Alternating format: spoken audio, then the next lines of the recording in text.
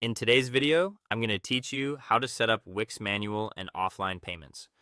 2026 guide. By the end, you'll know exactly where to click, what each option means, and how to keep your orders and inventory accurate when customers pay outside your website's checkout. First, sign into your Wix account and select the site you want to work on.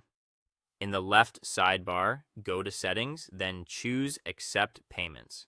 If you don't see manual options later on, double check that your site is on a plan that supports payments. Without the right plan, payment methods won't appear at checkout. On the Accept Payments page, scroll down past the automated providers like Wix Payments or PayPal until you see the manual payments section. Click Connect to start setting this up.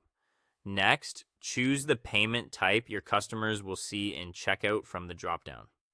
Cash payment is best for in-person transactions. Offline payment works well for bank or wire transfers and checks. Cash on delivery, often called COD, is great for local delivery or service-based businesses where the customer pays when they receive the product or service. Now add clear, step-by-step instructions in the instruction box. Keep it short, specific, and action-oriented so customers know exactly what to do.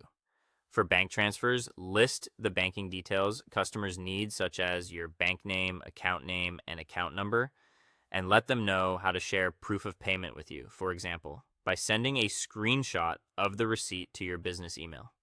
For COD, mention that exact change is preferred and state whether a valid ID is required at delivery.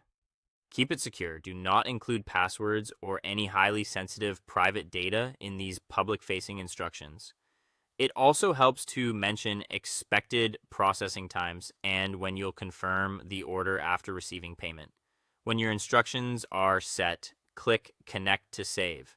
You'll see the method marked as connected in your dashboard, confirming it's live for checkout. Here's how to manage orders that use manual payment methods. When a customer chooses one of these options, the order will appear in your dashboard as unpaid. After you physically receive the funds, whether it's cash in hand or a confirmed bank transfer, go to the Orders tab, open that order, and click Mark as paid. This keeps your inventory, fulfillment, and analytics accurate. A quick regional tip for viewers in the Philippines. Manual payments work well for Gcash or Maya transfers. Choose offline payment and include the wallet details customers need to send funds. That's it for this guide.